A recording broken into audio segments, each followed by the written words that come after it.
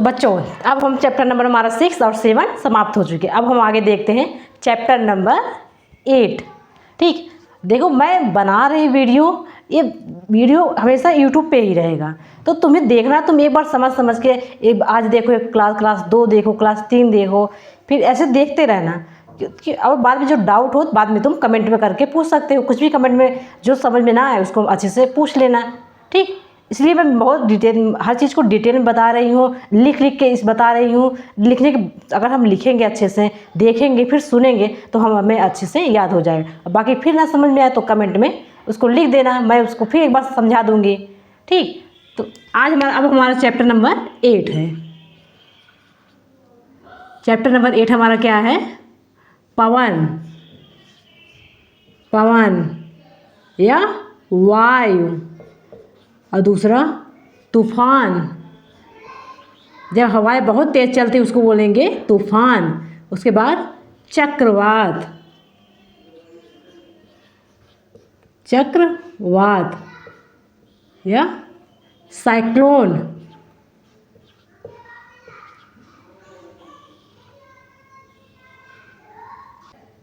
इसको बोलेंगे thunder, thunder storm,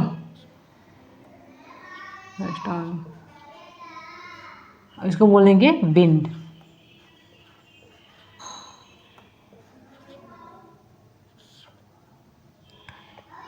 ठीक, तो थंडर स्टॉर्म मीन्स तूफान, विंड मीन्स हवा। ठीक, तो इस चैप्टर का नाम ही हमारा क्या है? विंड, पवन, तूफान और चक्रवात के बारे में जानने के लिए। ठीक, अब हम देखते हैं पवन। ठीक है, चलो हम देखते हैं पवन क्या है। ठीक, आज का हमारा चैप्टर क्या है? पवन, तूफान और चक्रवात।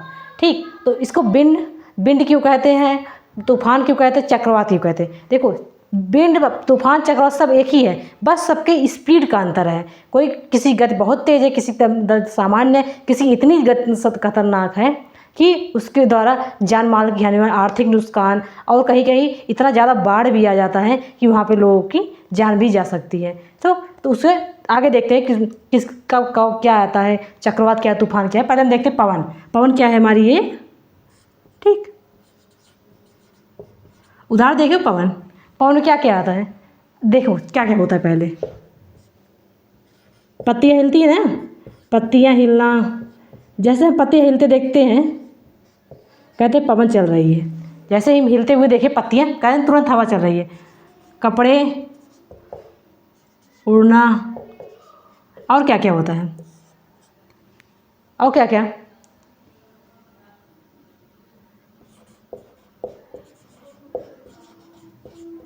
साइकिल चलाने, कठिनाई, हवा के विपरीत। और नंबर 3, नाव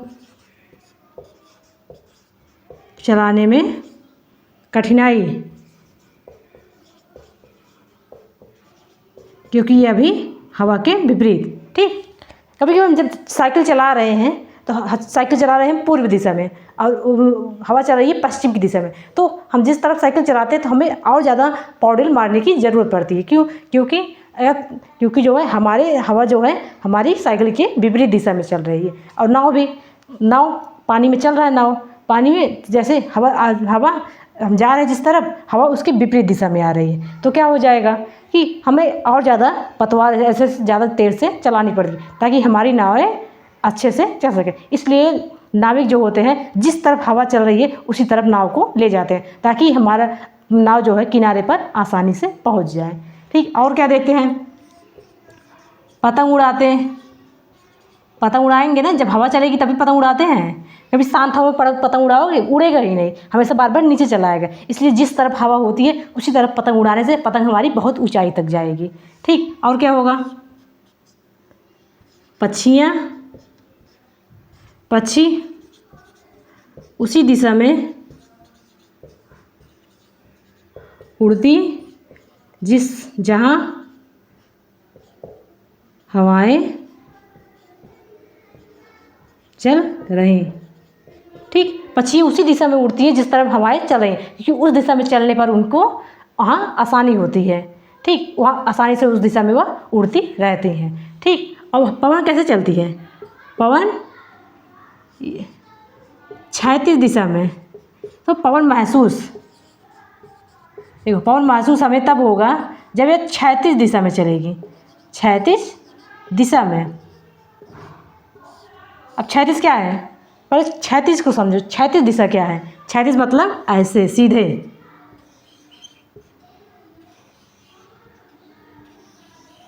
इसको बोलेंगे दाएं से बाएं या बाएं से दाएं, ऊपर नीचे नहीं।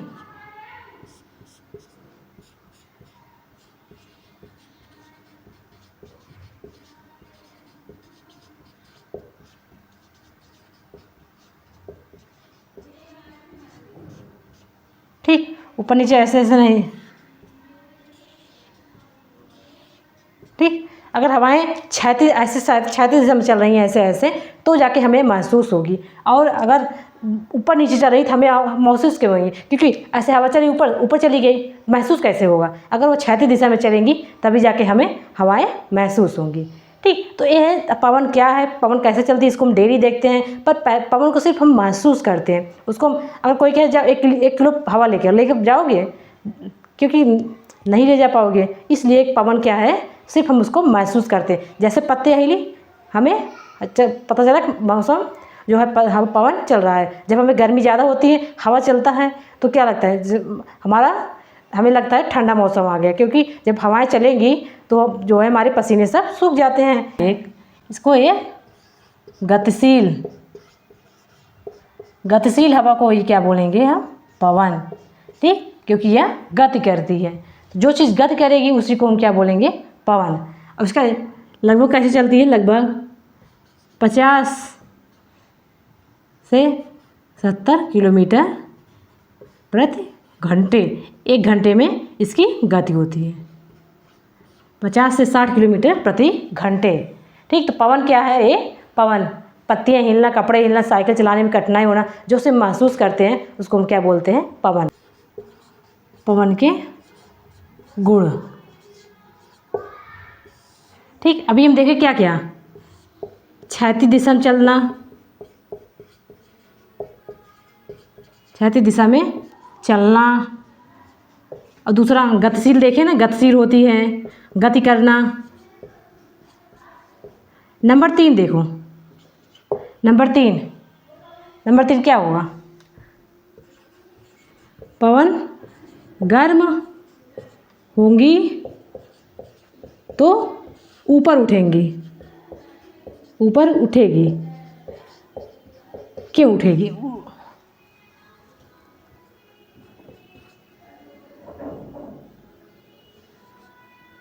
पवन गर्म होगी तो ऊपर उठेगी। क्यों उठेगी? क्योंकि गर्म वस्तुएं, गर्म करने पर वस्तु हल्की, प्रसार, फैलाव ज़्यादा। जब फैलाव ज़्यादा हो जाएगा तो वह हल्की हो जाएगी, हल्की होगी तो वह ऊपर उठेंगी। इसलिए पवन गर्म करने पर ऊपर उठती हैं। और नंबर 4 क्या हो जाएगा? पवन की गति यह बहुत ज़्यादा है तो क्या है हमारे ऊपर? वायु दाब कम। अब पवन की गति कम है तो वायु दाब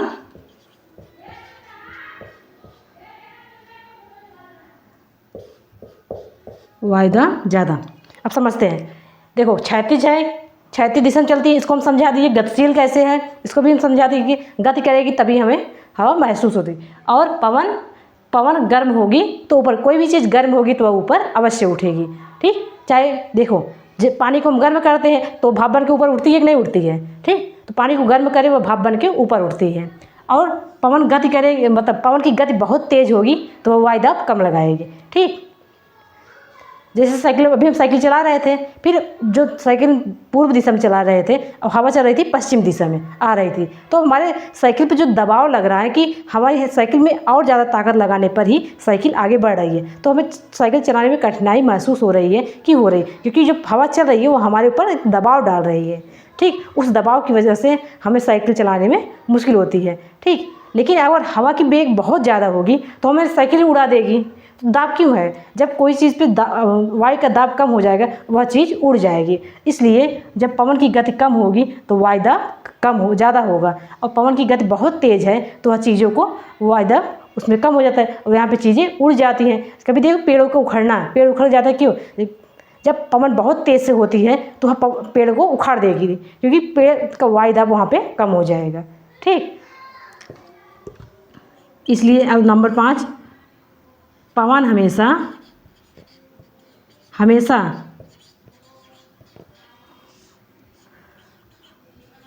उच्च दाब से निम्न दाब की ओर,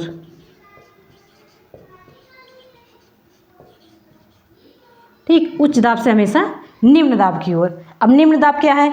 निम्न दाब मतलब गर्म होकर वायु का ऊपर उठना। उच्च दाब आसपास की हवा से ठंडी होना। ठीक, जब आसपास की वायु से ठंडी होगी तो क्या होगा? यहाँ पे देखो, ठंडी वायु नीचे और गर्म वायु ऊपर, नीचे बैठना और गर्म वायु का ऊपर उठना। ठीक, तो वायु मतलब हवाएं हमेशा उच्च दाब से हमेशा निम्न दाब की ओर चलती हैं। तो यहाँ पे देखो, कहीं पे है 1013 मिलीबार और कहीं पे है 1002 मिलीबार। तो हवाएं ऐसे इधर से इधर चलेंगी। इसको यहाँ पे हो जाएगा हाई प्रेशर और यहाँ पे होगा लो प्रेशर, क्योंकि देखो, ठीक, तो हवाएं हमेशा हाई प्रेशर से लो प्रेशर की ओर चलती हैं। और नंबर 6 पे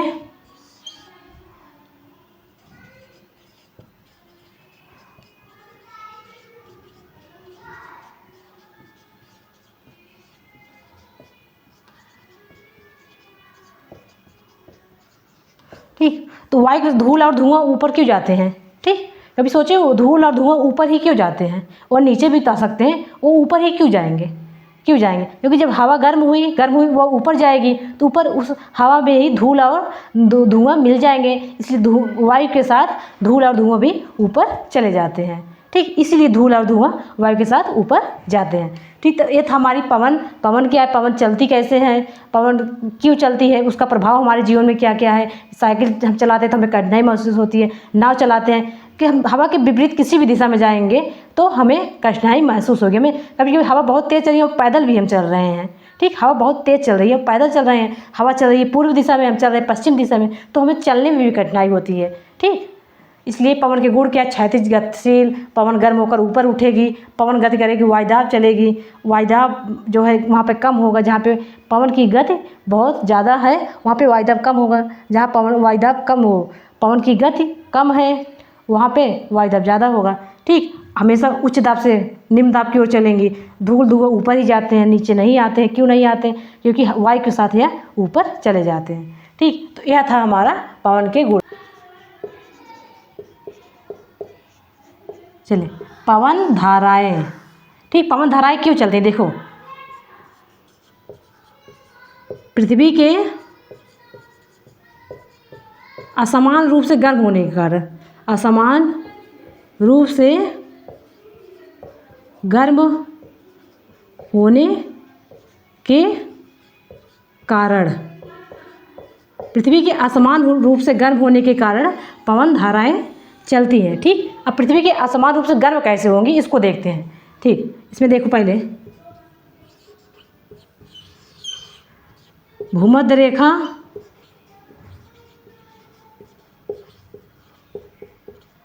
और नंबर ध्रुवी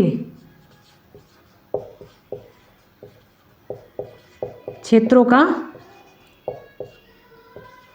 गर्म होना। ठीक, जब ये दोनों क्षेत्र गर्म होते हैं तो उसी की वजह से हमारी पवन धाराएं चलती हैं। अब सबसे पहले देखिए भूमध्य रेखा।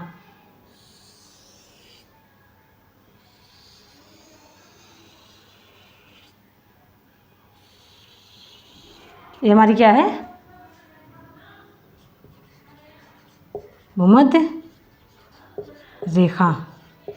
ये हमारी क्या है, भूमध्य रेखा।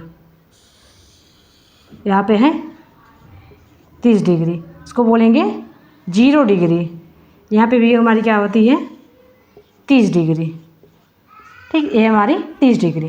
ठीक, भूमध्य रेखा। यहाँ पे क्या है, सूर्य। सूर्य क्या कर रहा है, किरण, सूर्य की किरणें। किरण क्या है, गर्म। यहाँ पे क्या करती है, जब सूर्य की किरणें भूमध्य रेखा पे पड़ेंगी हमारी तो क्या होगा, यहाँ पे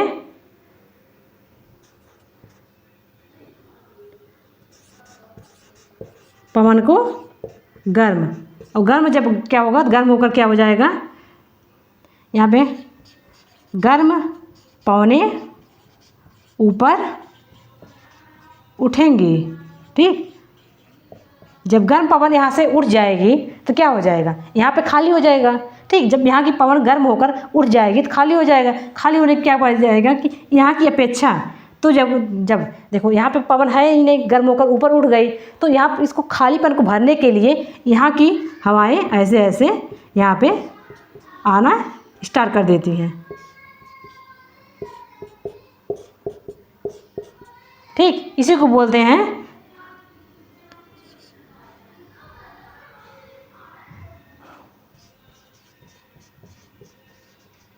उष्णकटिबंध।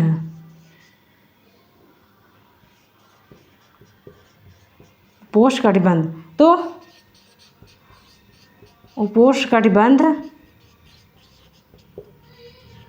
से भूमध्य की ओर चलना,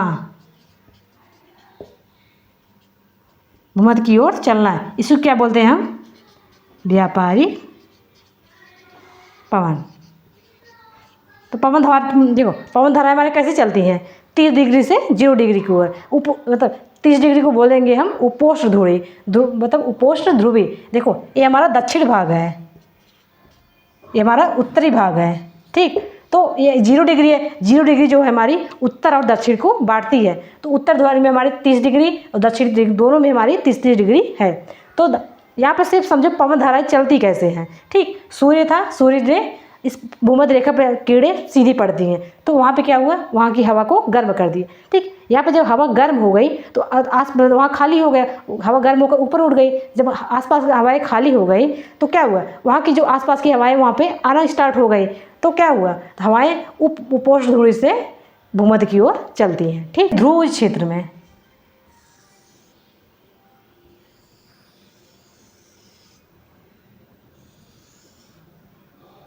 ये 0 डिग्री,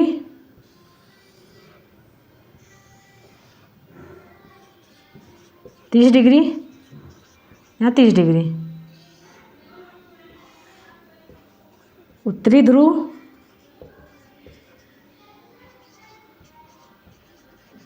दक्षिणी ध्रुव। ठीक, हम पिछले चैप्टर में पढ़े थे उत्तरी ध्रुव और दक्षिणी ध्रुव के जीव वहाँ पे कैसे रहते हैं, वहाँ रहने के लिए उनका अनुकूलन क्या होता है, क्योंकि वहाँ पे सदैव बर्फ पड़ती है। यहाँ पे सदैव बर्फ, ठंड ज़्यादा, तो क्या होगा, यहाँ की वायु कैसी होगी, वायु ठंडी।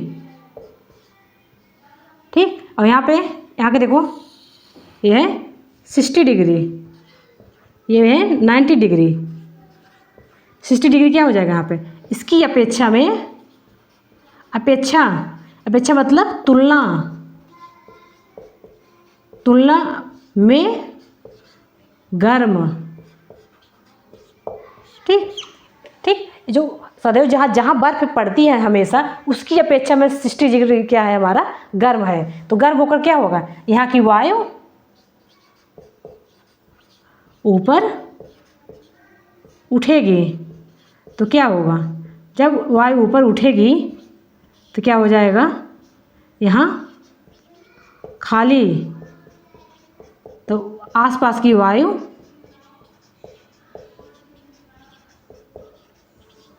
स्थान भरेगी। ठीक, 60 डिग्री था तो यहाँ से हवा ऐसे यहाँ आना स्टार्ट।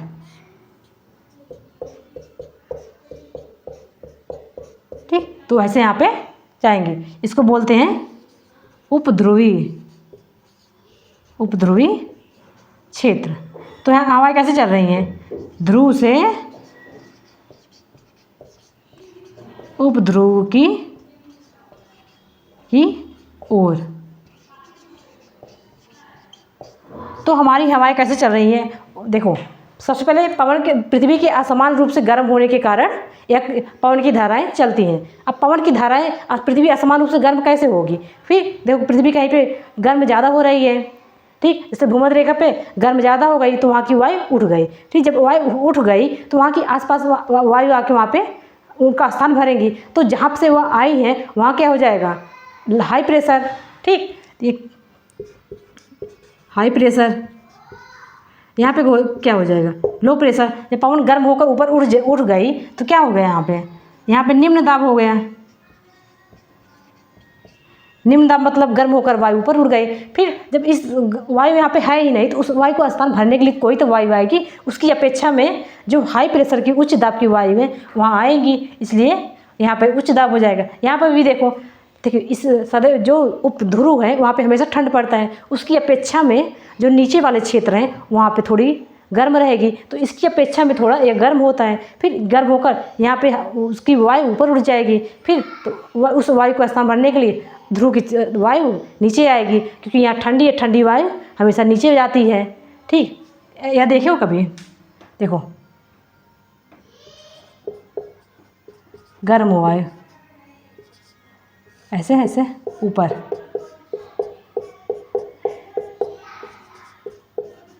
उठ,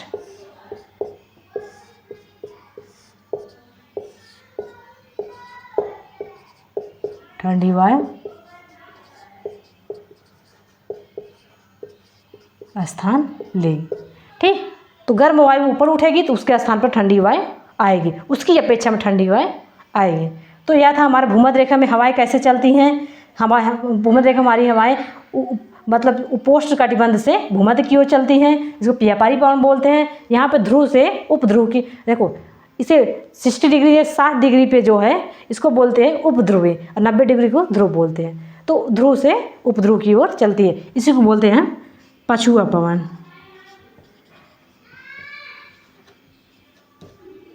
पछुआ पवन। भूमध्य रेखा और ध्रुव क्षेत्र कैसे गर्म होते हैं, वहाँ की हवाएं कैसे चलती हैं। अब हम देखते हैं कि समुद्र और स्थल और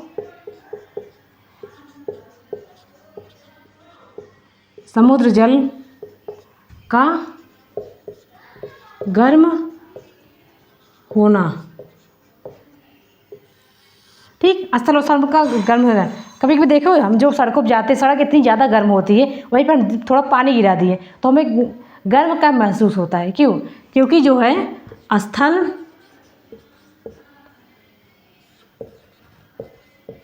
जल्दी गर्म और जल्दी ठंडे, और जल देर से गर्म देर से ठंडे। पिछले वीडियो में हम देखे थे, पिछली वीडियो में जिसमें हम वो पढ़ाए थे चैप्टर नंबर 4, चैप्टर नंबर उसमें हीट था ना, उसमें था चैप्टर नंबर 4 में हीट में हम पढ़ाए थे स्थल समीर समुद्री समीर। ठीक, इसको तुम वहाँ से पढ़ लेना, अच्छे से पढ़ लेना, क्योंकि वहाँ मैं बहुत डिटेल से पढ़ाई हूँ, उसको अच्छे से वहाँ पढ़ लेना। तो स्थल जल्दी गर्म जल्दी ठंडे, जल देर से गर्म और देर से ठंडे। ठीक, तो क्या होगा अगर जल्दी गर्म हो जाएंगी, जल्दी गर्म होने के बाद ऊपर उठेगी, जब ऊपर उठेगी तो क्या होगा, समुद्र की ठंडी वायु उसका स्थान, उसका स्थान, तो क्या हो जाएगा यहाँ पे, मानसून निर्माण।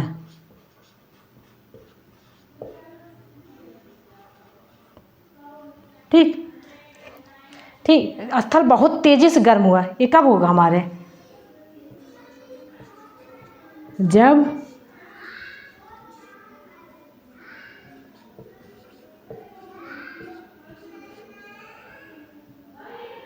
सूर्य कर्क रेखा पर होगा। वे कर्क रेखा क्या है,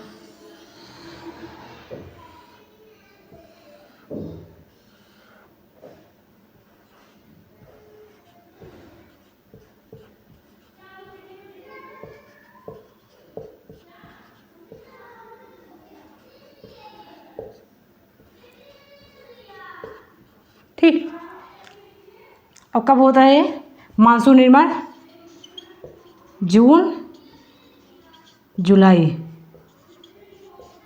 ठीक, तो जल देखो स्थल का, हमारे जल का यही गुण है कि यह जल्दी गर्म होता है और जल्दी ठंडा होता है स्थल का। तो क्या होगा, जब गर्मी हमारी ज़्यादा खूब पड़ती है, गर्मी कब पड़ेगी, मई या जून में। ठीक, उस समय क्या होगा, क्योंकि सूर्य उस समय कर्क रेखा पे है, कर्क रेखा 23.5 डिग्री होती है। ठीक, कर्क रेखा पे है, उस समय जब कर्क रेखा पे हमारी सूर्य है तो वहाँ पे गर्मी ज़्यादा पड़ेगी। गर्मी क्या होगा, स्थल जल्दी गर्म होंगे तो क्या होगा, वहाँ की वायु जल्दी जल्दी ऊपर उठेंगी। ठीक, ऊपर उठेंगी तो समुद्र की ठंडी वायु जल्दी जल्दी वापस आएंगी। ठीक, तो जब पर्याप्त मात्रा में जल वाष्प इकट्ठा हो जाएंगे तो जाके हमारा मानसून का निर्माण हो जाएगा। ठीक, तो क्या हो जाएगा, उठेंगी तो पर्याप्त जल वाष्प, फिर वर्षा, वर्षा शुरू, इसी को बोलेंगे वर्षा। मानसून, मानसून में क्या होता है, इसको मौसम शब्द से, मौसम शब्द जिसको हम बोलते हैं ऋतु। ठीक, तो इसी कंडीशन से हम पहले देखो इसको हम समझे, जब स्थल के गर्म होने से इतनी बड़ी घटनाएं हमारी होती हैं कि स्थल गर्म हुआ, गर्म होकर हवाएं ऊपर उठेंगी। ठीक, जब ऊपर उठेंगी तो आसपास की हवाएं गर्म, जो ठंडी हवाएं हैं उसको स्थान घेरेंगी, स्थान घेरेंगी तो क्या होगा, ऐसे बार बार होता रहेगा, बार बार होता रहेगा। तो जब वायुमंडल में पर्याप्त मात्राएं में जलवाष्प इकट्ठा हो जाएंगी तो हम कह देंगे बरसात स्टार्ट हो जाएगा। तो हम कह देंगे यह मानसून का समय आ गया। मानसून का समय तब आता है जब वह जून जुलाई अगस्त सितंबर में लगभग मानसून का समय रहता है। ठीक, तो यह हो गया हमारा मानसून। फिर जब स्थल जल्दी से ठंडे हो गए, ठीक, फिर जब स्थल ठंडे और समुद्र गर्म, समुद्र गर्म स्थल ठंडे, तो क्या हो जाएगा, तो हवाएं स्थल से समुद्र की ओर,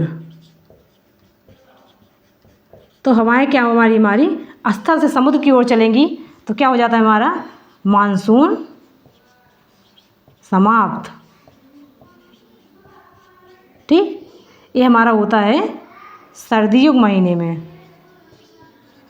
सर्दियों के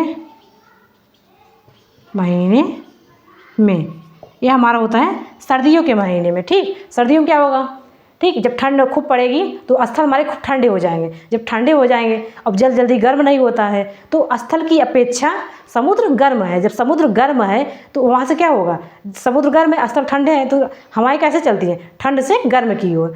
जब ठीक। समुद्र गर्म है, गर्म होकर हवाएं ऊपर उड़ जाएंगे, तो जो खालीपन है उसको कौन भरेगा? स्थल की ठंडी हवाएं। तो स्थल की ठंडी हवाएं समुद्र की ओर जाना स्टार्ट हो जाएंगी, तो हमारा मानसून समाप्त हो जाएगा। और यह जो मानसून बना कब बनेगा? गर्मियों के महीने में, गर्मियों के महीने में, ठीक। तो मानसून का बनना या मानसून का समाप्त होना ये किस पर डिपेंड करेगा? हमारा स्थल या जल की गर्म या ठंडी हवाएं पर, ठीक। तो स्थल की गर्म या ठंडी हवाएं पर हमारा पूरा मानसून सिस्टम ही डिपेंड है, ठीक। तो यह था पहले नंबर 1 पे देखिए भूमध्य और उपध्रुवी, मतलब भूमध्य और ध्रुव के हवा गर्म कैसे होती हैं, और दूसरा देखिए स्थल और समुद्र का गर्म कैसे होते हैं, ठीक। तो यह दोनों हमारे कंडीशन बहुत ही इंपॉर्टेंट कंडीशन है, ठीक। क्योंकि अगर वह जैसे व्यापारी पौने नहीं चलेंगे, पशु पौने नहीं चलेंगी, तो पूरा विंड सिस्टम ही नहीं चलेगा, तो हवाएं चलेंगे ही नहीं, ठीक। और दूसरा क्या है, और स्थल और समुद्र गर्म ही नहीं होंगे तो क्या होगा?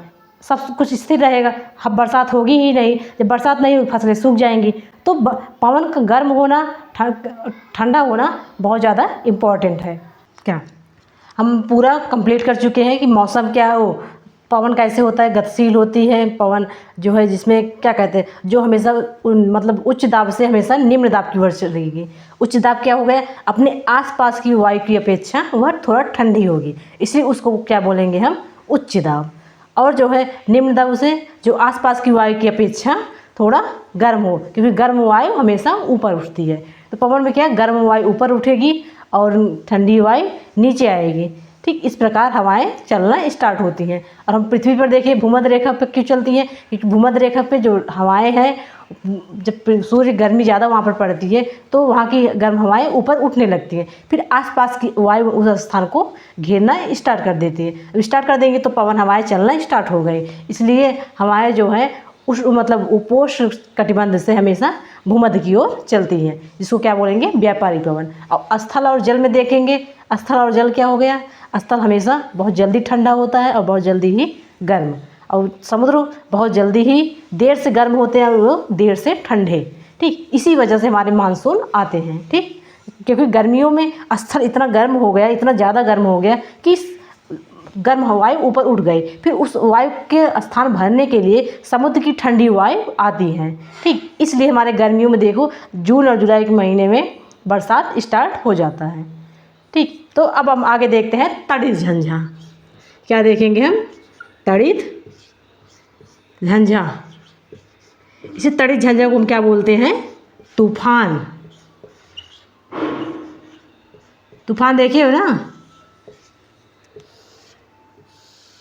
तूफान में क्या क्या है? तूफान के नुकसान तो हम लोग देखते ही हैं। तूफान इतना है, कहीं कहीं पेड़ उखड़ जाते हैं, कहीं जो है कुछ घरें गिर जाती हैं, जो मिट्टी की घरें बहुत ज़्यादा होती हैं वो गिर जाती हैं, किसी का छप्पर का घर है वो छत उड़ जाता है उसका, तो क्या होता है मतलब, और सड़कें टूट जाती हैं, और जो है कपड़े मतलब किसी घर जो पतरे का बना होता है वो भी उड़ जाता है। तो जब तूफान के जो है बहुत तेज़ जो है जब पवन, इसमें पवन की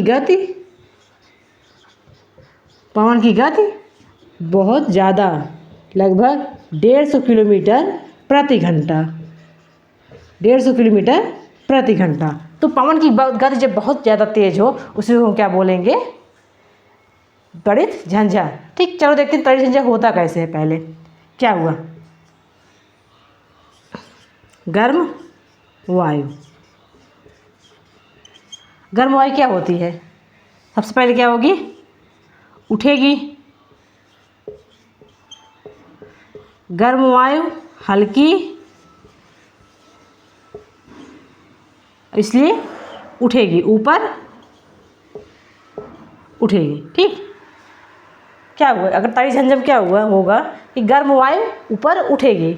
जब कोई आसपास की वायु जब पूरा गर्म हो जाएगी तो क्या होगी? ऊपर उठेगी। ऊपर उठने के बाद क्या हो जाएगा? ऊंचाई पहुंचने पर, एक बात ध्यान देना, ऊंचाई बढ़ने पर तापमान घटता है। क्यों घटेगा? क्योंकि हम ऊंचाई पर जाते हैं तो हमारा तापमान क्यों घटता है? क्योंकि जो है वहाँ पे वायु की मात्राएँ बहुत कम होती हैं। ठीक, कभी कभी देखो गर्मी की छुट्टी में लोग ठंडे प्रदेशों में जाते हैं, क्योंकि उनको पता है कि हम ऊंचाई के साथ हमारा तापमान घटेगा। ऊंचाई पे हम जितनी ऊंचाई पे जाएंगे वहाँ पे तापमान कम होगा। यदि जमीन स्थल पर हमारे 20-30 डिग्री टेम्परेचर है तो हमारे पहाड़ों पर होगा लगभग 20 डिग्री या 15 डिग्री सेल्सियस। इसलिए लोग गर्मी बहुत ज़्यादा जब गर्मी पड़ती है तो पहाड़ों की ओर जाते हैं। ठीक, तो देखो गर्म वायु उठेगी उठेगी उठेगी क्या हो जाएगा? ऊंचाई पहुंचने पर तापमान कम। जब तापमान कम, और एक बात ध्यान देना, इस गर्म वायु साथ साथ जरूर उठेगी, पर इसी के साथ जलवाष्प और क्या हो जाएगा इसी में? जलवाष्प कैसे? जो पत्तियों वाष्पोत्सर्जन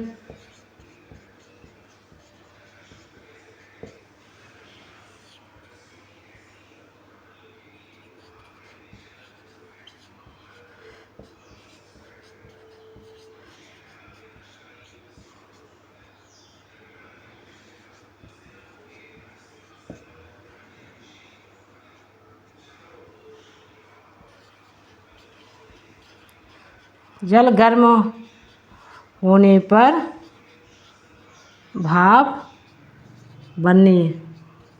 ठीक, तो देखो जब वायु गर्म होती है और जल दोनों गर्म होते तो दोनों का गुण यह है कि वह ऊपर उठेंगी।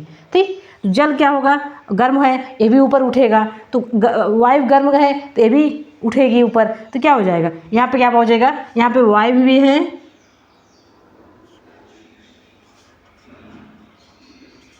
प्लस जल। ठीक, जल किस में था? भाप के रूप में। पर जहाँ तापमान कम हुआ, या क्या हो गया? भाप से द्रव। भाप से क्या हो गया? द्रव। और द्रव क्या है? यही द्रव बन जाएगा हमारा जब इकट्ठा होते होते होते इकट्ठा बन जाएगा हमारा बादल। तो भाप से द्रव बनने की स्थिति को क्या बोलेंगे हम? संघनन। फिर जब ये संघनन बन जाएगा तो क्या हो जाएगा? बादल क्या होते हैं? भारी। भारी क्यों होंगे? क्योंकि इसमें क्या है? जल की बूंद। जब जल की बूंद है तो यह क्या हो जाएंगे? भारी। जब कोई चीज़ भारी हो जाए तो उसका क्या गुण है कि वह नीचे आती है, तब यह क्या होगी? वर्षा के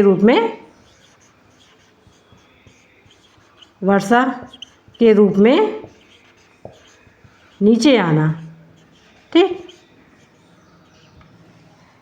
देखो इस कंडीशन तड़ी झंझट क्यों बोलेंगे, पहले इसको समझो। जब इधर से गर्म हवाएं हवा खूब तेज से चल रहा है, खूब बहुत तेज से चल रही है, फिर क्या होगा? गर्म हवाएं जल्दी जल्दी ऊपर जाएंगी, ऊपर जाते हुए ऊपर जब ऊंचाई पहुंच जाएंगे, काफ़ी ऊंचाई पहुंच जाएंगे तो वहाँ क्या होगा? वहाँ जल के बूंदों के रूप में पड़ जाएंगे, क्योंकि ऊंचाई बढ़ने पर तापमान कम होगा। जब तापमान कम होगा, गर्म करने पर जल में जैसे जल क्या है? गर्म करने पर हमारा भाप बन गया, पर वही जब ठंडा करेंगे तो क्या द्रव के रूप में हो जाएगा? ऐसे इकट्ठा होता जाएगा, इकट्ठा फिर बादल के रूप में ले लेंगे। ठीक, जब पानी इकट्ठा हो तो बादल के रूप में हो जाएंगे। तो वही बादल जब भारी हो जाएगा, उसमें पानी ज़्यादा हो जाएगा, तो बरसात के रूप में वह नीचे आएगा। ठीक, तो नीचे आएगा। ठीक, देखो इधर ऊपर उठ रहा है और इधर नीचे आ रहा है। ठीक,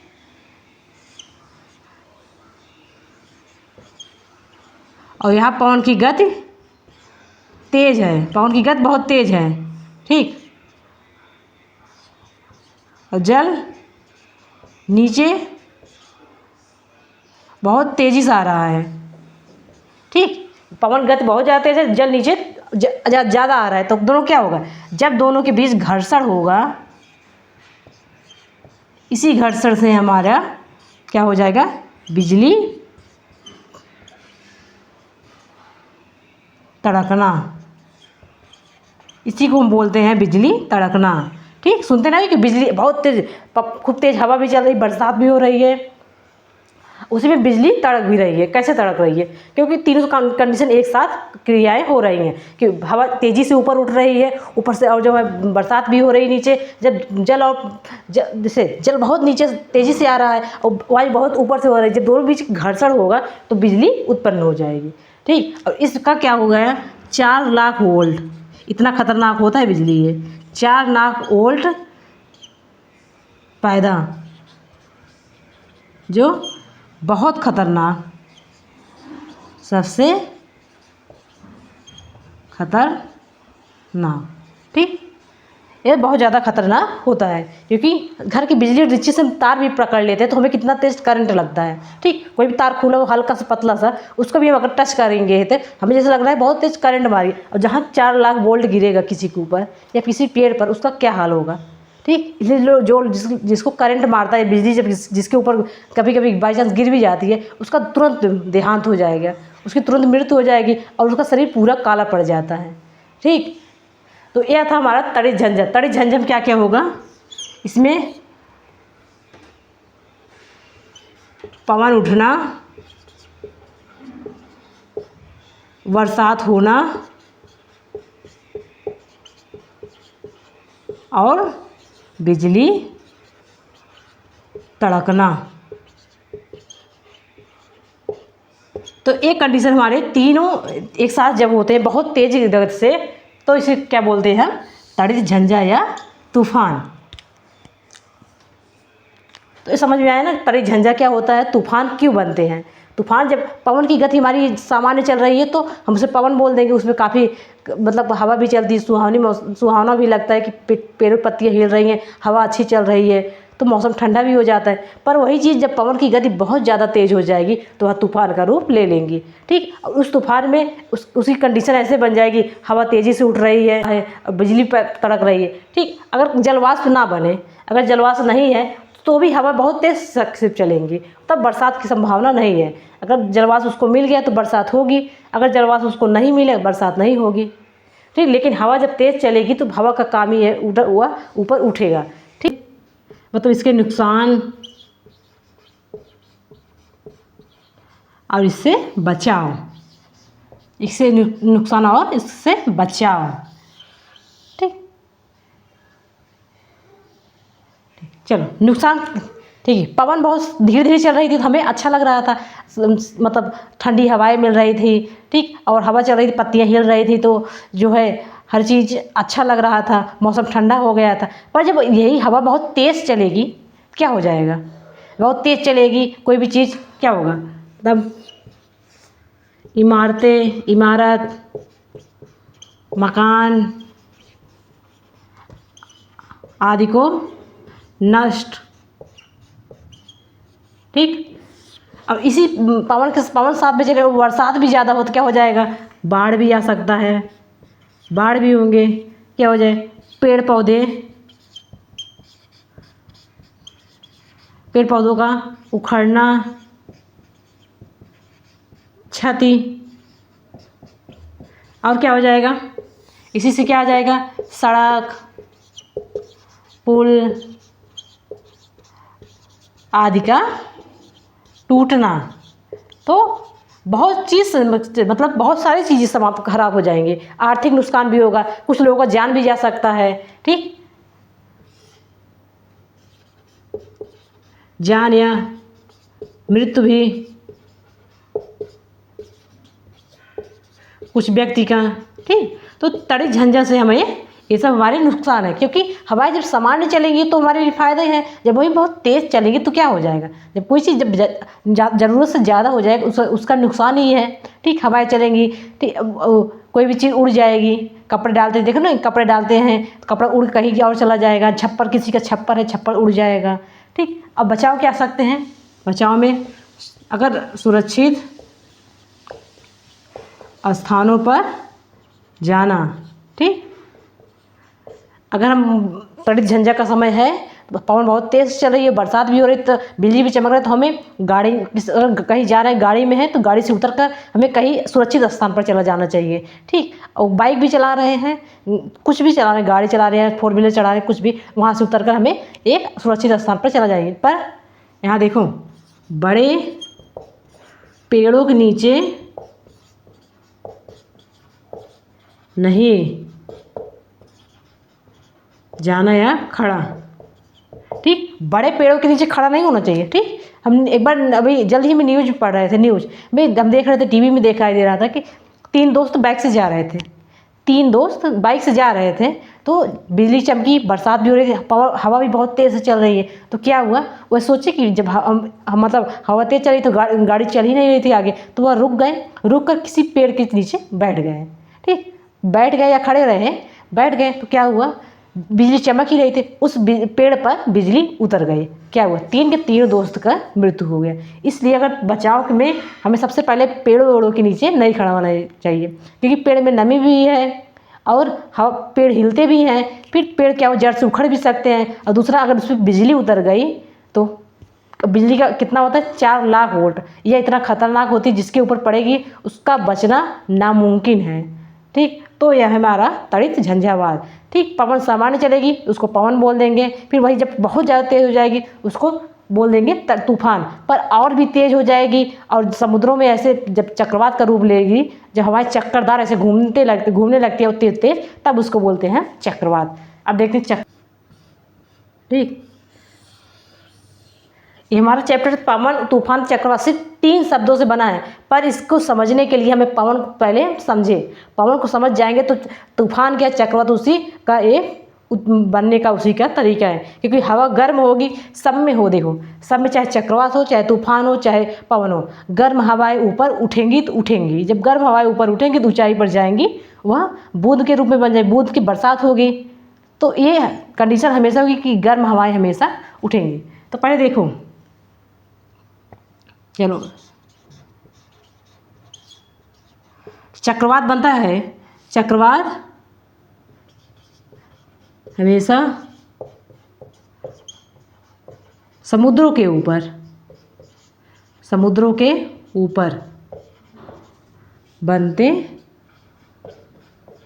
बनते हैं। चक्रवात हमेशा बनते हैं। चक्र मीन्स चक्कर, प्लस वात मीन्स हवा। तो हवाएं जब घूमते, चक्कर मतलब घूमते घूमते, घूमना,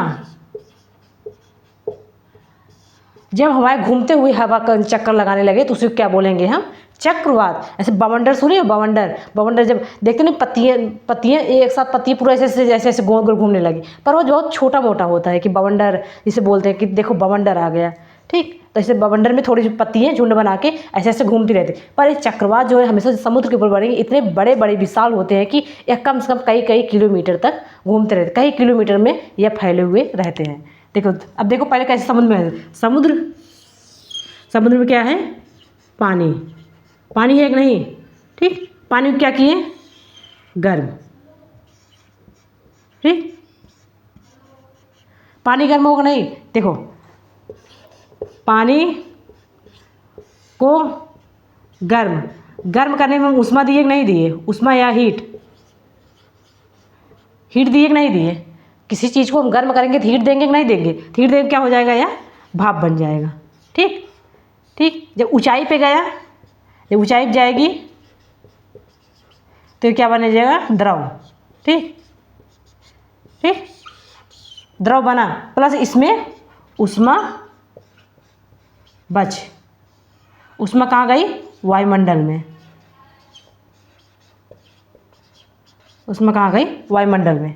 ठीक, तो पानी को गर्म कर, अगर देखो पानी को गर्म कर देंगे नहीं, उष्मा देते नहीं, पहले ये समझो, कोई भी चीज़ में पानी गर्म करना है, गए चला दिए, पानी को गर्म किए, फिर जब पानी को बहुत ज़्यादा गर्म करेगी तो भाप बन के उड़ना स्टार्ट हो जाएगी, जब भाप बन के उड़ना स्टार्ट हो जाएगी, अभी बताया ना ऊंचाई जाने पर तापमान कम होगा, बहुत ऊंचाई पे जाएंगे तो हमारा क्या होगा, वह द्रव के रूप में बन जाए। ठीक, द्रव बन गया, पहले भी पानी था, पानी से फिर द्रव हो गया, तो उष्मा गई क्या, जो उसको हम हीट दिए तो गया क्या, वह उष्मा जो है वायुमंडल में छोड़ देगी। ठीक, यही कंडीशन से सेम यहाँ पे होता है, समुद्र का पानी गर्म हुआ, गर्म होकर क्या होगा, भाप, भाप। ठीक, इसमें उष्मा है, उष्मा है, और फिर ऊंचाई पर क्या हो जाएगा, ठंडी या द्रव। द्रव, और द्रव क्या हो जाएगा, इसमें ऊष्मा को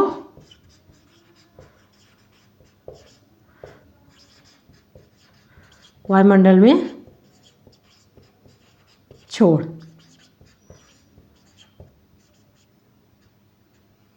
ठीक। तो क्या होगा, ये चीज़ समुद्र में कैसे होगी, चक्रधार हमेशा चक्रधार हवाएं होती हैं, हमें समुद्रों के ऊपर चलेंगी, ठीक। अभी देखो यह है हमारा समुद्र,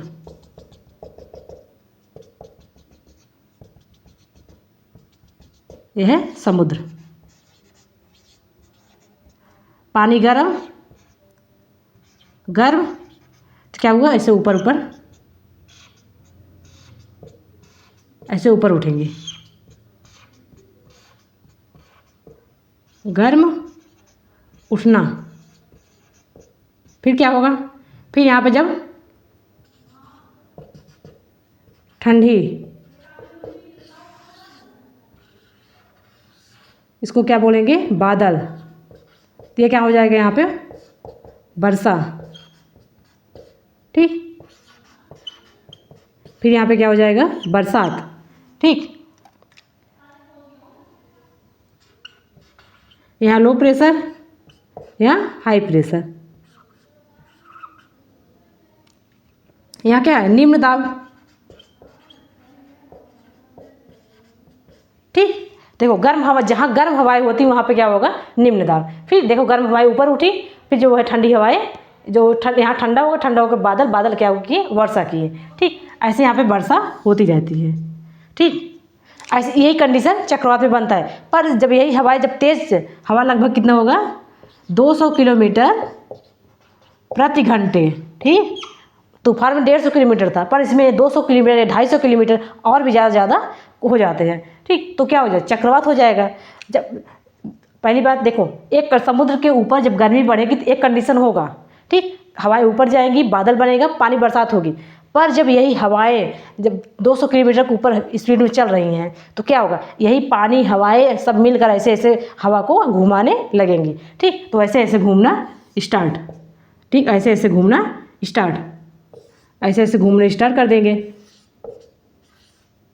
और कई कई किलोमीटर में ऐसे ऐसे घूमना स्टार्ट कर देंगे। इसी को क्या बोलते हैं, चक्रवात, ठीक। चक्रवात में भी सिर्फ जो तड़ी झंझा का बताए उसमें बिजली बनती है, इसमें भी बिजली बनेगी, इसमें अगर बादल टकरा गए इसमें भी बिजली बनेगी, लेकिन उसमें वो जो है लगभग बहुत ज़्यादा, उसकी स्पीड थोड़ी कम ही रहती है, लेकिन इसमें स्पीड बहुत ज़्यादा है, समुद्र के ऊपर बनेंगे, फिर इसमें पानी मतलब हवाएं ऊपर उठेंगी, जो है बादल बनेंगे, उसके बाद वो जो है क्या कहते हैं, बरसात होगी। बरसात होने पर जब हवाएं तेज रही, इसी हवाओं को ऐसे चक्करदार करती रहेंगी, क्योंकि नीचे क्या है, यहाँ पे लो प्रेशर है, यहाँ पे हाई प्रेशर। यहाँ का तापमान बहुत ज़्यादा है, तापमान ज़्यादा, ठीक। तापमान ज़्यादा है तभी तो गर्म है, हवाएं गर्म होंगी तभी ऊपर उठेंगी, ठीक। तो ये है हमारा चक्रवात। तो ऐसे चक्रवात हमारा, इसी चक्रवात को चक्रवात की आँख बोलते हैं, इसे चक्रवात की आँख। तो ये हमारा है चक्रवात कैसे बनता है। पिछली बार अभी मतलब इसी ने दिखाया था कि हाई प्रेशर क्या है, लो प्रेशर, क्योंकि अगर निम्न दाब रहेगा तो वह हम क्या हो जाएगा, निम्न दबाव मतलब गर्म वायु, गर्म वायु कहाँ जाएगी, हमेशा ऊपर। जब ऊपर जाएगी तो यहाँ क्या होगा, हाई प्रेशर, हाई प्रेशर से कहाँ हमेशा लो प्रेशर जाएगी, इसलिए जो है ये हाई प्रेशर हमेशा जो है क्या करे, बादल को ठंडा कर देगा, ठंडा करने के बाद ये वर्षा के रूप में नीचे आएंगी, फिर जो है गर्म, फिर यही हवाएं गर्म होंगी, फिर ऊपर जाएंगी, फिर हवाएं गर्म होंगी, फिर ऊपर जाएंगी, ठीक। बादल वर्षा नीचे आएंगी, देखो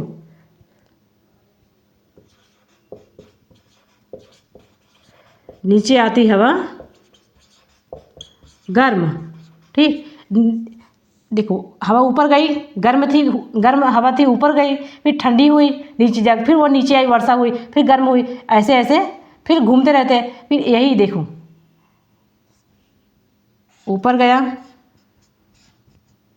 फिर ऐसे हवा फिर नीचे आई, यहाँ भी ऐसे, ठीक।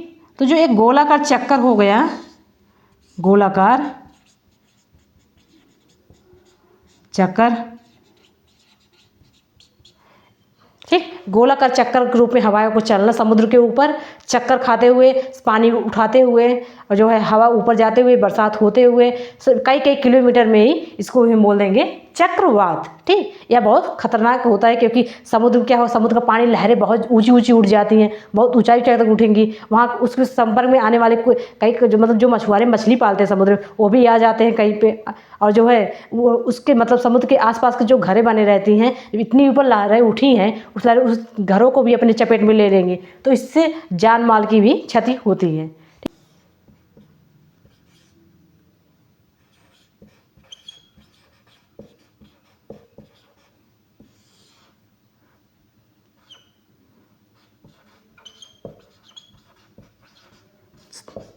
नुकसान और वो जो है सुझाव। नुकसान में क्या होगा? जान माल क्षति। जान मतलब मृत्यु, किसी की जान भी जा सकती है। दूसरा, सड़क पुल आदि टूटना। समुद्र किनारे देखते हैं ना बंदरगाह, बंदरगाह जो बने रहते हैं, बंदरगाह आदि ध्वंस। ध्वंस मतलब टूट। तो चक्रवात से हमारे बहुत सारे नुकसान भी हैं। ठीक। और सुझाव क्या है? इसकी पूर्व चेतावनी देना, चेतावनी देना और संचार यंत्र के माध्यम से पता लगाना, संचार के माध्यम से पता लगाना कि मतलब चक्रवात किस दिशा में है, कहाँ ज़्यादा प्रभाव जिसका पड़ेगा। अगर मतलब चक्रवात पता चल गया कि जो है इस क्षेत्र में चक्रवात का प्रभाव ज़्यादा पड़ेगा, तो वहाँ से जितने लोग रहते हैं उन सबकी बस्तियों को हम खाली करा लेंगे। जब खाली करा लेंगे तो हमें तो मान लो इमारत भले ख़राब हो जाए पर लोगों की जान वहाँ पर बच जाएगी। ठीक। देखो उदाहरण देखो, लगभग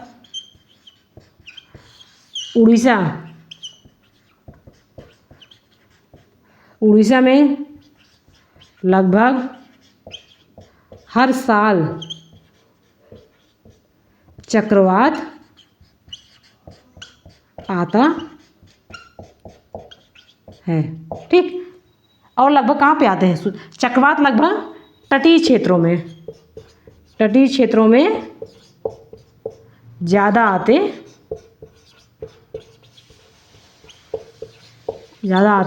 हैं। ठीक।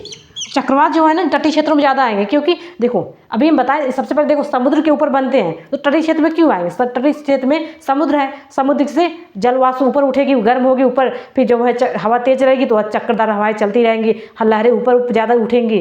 तो यही कंडीशन है कि चक्रवात जो है हमेशा जो है समुद्र के ऊपर आएंगे, तभी तटीय क्षेत्रों में ज़्यादा आते हैं। ठीक। क्योंकि वो समुद्र से लगा हुआ रहता है। ठीक।